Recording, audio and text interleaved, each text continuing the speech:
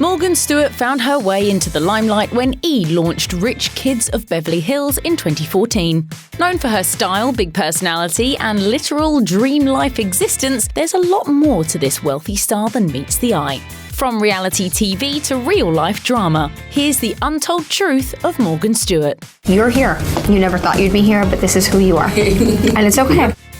Stewart was born in 1988, most likely with a bit of a silver spoon in hand. Her dad, Herb, is the founder and president of a wildly successful construction firm in Beverly Hills. And as for her mum, Stewart once told Bustle, "My mum puts up with me, and that's pretty much been her job." My mom is very big on not having in her house. She brought over my baby books and my yearbooks and my baby blanket. And then I wanted to throw away my sweater that I got at the Great Wall of China. She's like, "You keep this." Of course, it must be nice to have a seemingly endless supply of cash from the old parents. But more importantly, Stewart has often spoken fondly of the bond she shares with her family. Recalling nightly dinners together and fabulous European summer vacations, she told Justin Anderson's podcast, "I'm very fortunate. I had two parents that were married and loved each other. Everything I ever needed, I had." We're so fortunate, Morgan. I'm crying again. We're so fortunate. All that being said, Stewart had a more difficult conversation with mum and dad when her first TV effort had the phrase "rich kids" in its name. She added, "Nobody was thrilled, let's just say that. I think we were all surprised that it ended up being a very likeable show." But it appears it really doesn't matter either way, because this rich kid has since accumulated an estimated net worth of $5 million. As one might guess, there are a lot of rich kids in Beverly Hills, so you might be wondering just how Stewart was ultimately tapped for the small screen stunner. During an interview with AOL in 2016, the reality star revealed that a casting director had originally sought out her friend Dorothy Wang, daughter of billionaire Roger Wang, with an idea to create a reality show based on her lifestyle. Stewart explained, "They said, bring your friends, and so Dorothy and I did a tape, and then 6 weeks later, we had a show." You've opened up this whole door. It might all sound like a simple hop, skip and a jump to fame, but Stewart elaborated on how it all went down, telling the Chair with Justin Anderson podcast in 2019, "It wasn't like E! called and said, 'Hey listen, we're doing a show called Rich Kids of Beverly Hills. We'd like you guys to be the people on it.' We went in for a separate casting having to do with none of this. The casting director said, 'Forget this, there's something here with you guys as a group of friends.' Once the show hit the air, Stewart quickly became a fan favourite, thanks to a combination of beauty, fashion, clever comebacks and jaw-dropping shopping sprees. Who's talented? You stop it. Don't take pictures of me. Oh my God. After building her reputation as a sharp-tongued, quick-witted and stylish personality on Rich Kids of Beverly Hills, Stewart went on to become a contributor and host on 4 different E! Network series: Daily Pop, Nightly Pop, Necessary Realness, and What the Fashion. And thanks to all of these on-air platforms, she's been able to practice daily what fans of the reality TV show loved so much about her: a no-restraint, no-filter approach to fashion and celebrity commentary. This is a real job, okay? It's all glitz and glamour and Louboutins. That's as high as my leg goes. Looking back, her progression from reality TV to fully-fledged entertainment industry pro makes total sense, partly because Stewart once confirmed that this had been her plan all along. Citing iconic comedians and talk show hosts Chelsea Handler and Joan Rivers as her idols due to their work ethic, she explained during her chat with Justin Anderson, "I always took Rich Kids of Beverly Hills very seriously because I had greater aspirations for myself. I knew that this is what I was gonna do. I said it. I manifested it my whole life. I want to have my own nighttime talk show." Back in April 2019, Justin Bieber made a surprise reappearance with a rendition of Sorry during Ariana Grande's Coachella set, where he notably performed live for the first time in 2 years. But, according to People, the Nightly Pop team later evaluated his allegedly lip-synced performance, with Stewart declaring, "I did not realize it was going to be that bad. He definitely looks like he put an oxy pad on that forehead, but I don't care. That is up."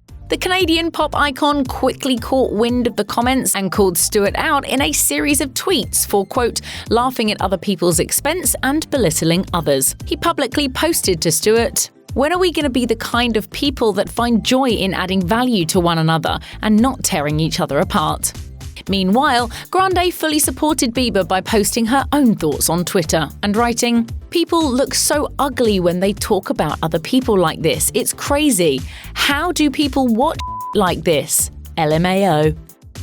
Stewart and her co-star, fellow rich kid Brendan Fitzpatrick, were already a couple long before the premiere of their show. Loyal fans may remember that no matter how escalated a situation became, Fitzpatrick's main role on the series was to act as the more chill half to Stewart's dramatic turn.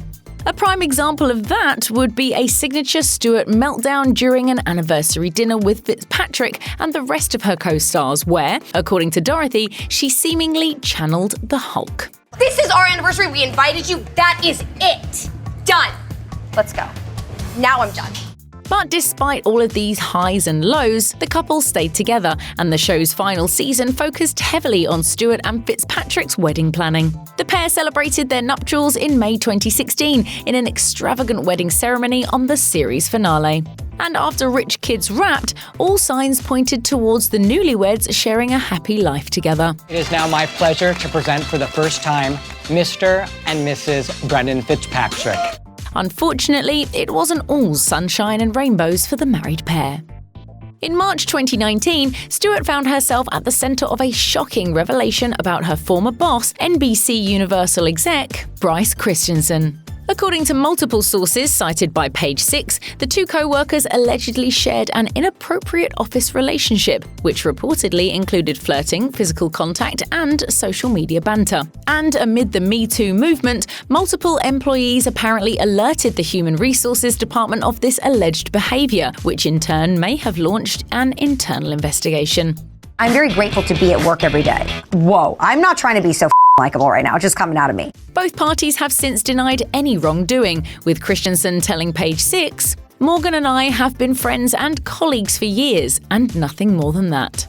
Meanwhile, Stewart told the outlet, "Bryce and I have known each other since the beginning of my career and have been nothing more than friends and colleagues. As for Brendan and I, we remain happily married." Whoa, what was that? That was insane. Only a few months after the allegations surrounding Christensen and Stewart broke, Morgan and her hubby were hit with ongoing rumors of marital trouble. According to sources cited by Page 6 in June 2019, Fitzpatrick reportedly revealed to his co-workers that he intended to split up with Stewart as a result of the Christensen story. Meanwhile, another source pointed to apparent changes in the pair's social media presence, like failing to wish one another a happy birthday or anniversary as evidence. So we're working through all of our major issues right now. Fitzpatrick, who was later seen without his wedding ring in an Instagram post, denied the claims. And while Stewart remained uncharacteristically mum on the reported matter for months, she finally broke her silence in early August 2019 with an announcement, revealing on her Instagram story, "Brendan and I have spent 6 wonderful years together, but we have made the difficult decision to go our separate ways. I wanted to take the time to clarify that our reason for separating has nothing to do with anything other than two people who sadly grew apart, deciding what's best for themselves in the next phase of their lives." Before getting her start on reality TV, Stewart documented her extravagant lifestyle on her Boobs and Lubes blog, which of course was very 2010 of her. She explained the name on the pilot episode of her show, revealing, "My blog is a perfect representation of me. I have very large boobs and a very large collection of Louboutins." How many Louboutins do you have? I think I'm like at 210 right now. I don't even go in. They picture message me and then I'm like, okay. A later episode of the series shows Stewart at a star-studded launch party for the blog, where yes, she definitely cried. The original iteration of her website was more of a diary with random quips and photos, but it's since been rendered inactive, and Stewart has taken her extensive knowledge of designer clothing with her during her transition to co-hosting on E! And through digital mediums like Instagram. In 2017, Stewart teamed up with the fashion startup incubator Touche LA, later rebranded as LA Collective, to launch her own line. And TLA by Morgan Stewart was born. I feel like I just did things I liked and luckily people resonated with it. The athleisure brand and its signature color palette quickly became a success for the store, with outlets like Shape and Women's Health featuring the fashion. Still, Us Weekly reported that things really took off once celebs like Khloe Kardashian and Gigi Hadid were spotted rocking TLA by Morgan Stewart. Having originally set out to do a single-season one-off, Stewart told E! News, "I just wanted to do what I love, and I think that that's the most important thing, that if you're going to put a product out to the world, it really has to sort of represent you the best that it can." With the spotlight squarely illuminating Stewart throughout her 4-year run on Rich Kids of Beverly Hills, there was seldom any talk about her family apart from the occasional sighting or mention of her parents. But all that changed when she opened up about her older brother's struggle with mental illness, revealing that he was diagnosed with schizophrenia at the age of 22 when Stewart was just 15, the reality TV star recalled on the show. He just became so withdrawn. He just didn't function. He didn't leave his room. And then eventually the voices started to kick in.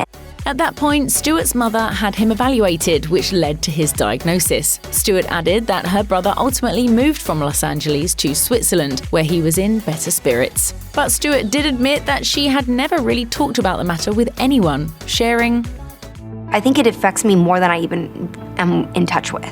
I just can't suffer in silence anymore. From the moment Stewart first landed on TV, she has remained uncensored about her opinions on and history with plastic surgery. In 2016, she opened up about the mild horrors of using lip fillers, tweeting, "I'm realizing the less you with yourself, the better." I fill my lips like every 8 months, which hurts. When Stewart joined Justin Anderson on his podcast 3 years later, in 2019, the two had a lot to say on this topic, all while she was getting blonde highlights in her hair. Revealing that she would never get a nose job, she said, "I am excruciatingly hard on myself. It's borderline a little bit unhealthy. A nose job is something that I really would potentially get happiness from, and something that I think would make me more comfortable. But then I'm like, you're just going to be pretty and not try as hard to be funny?"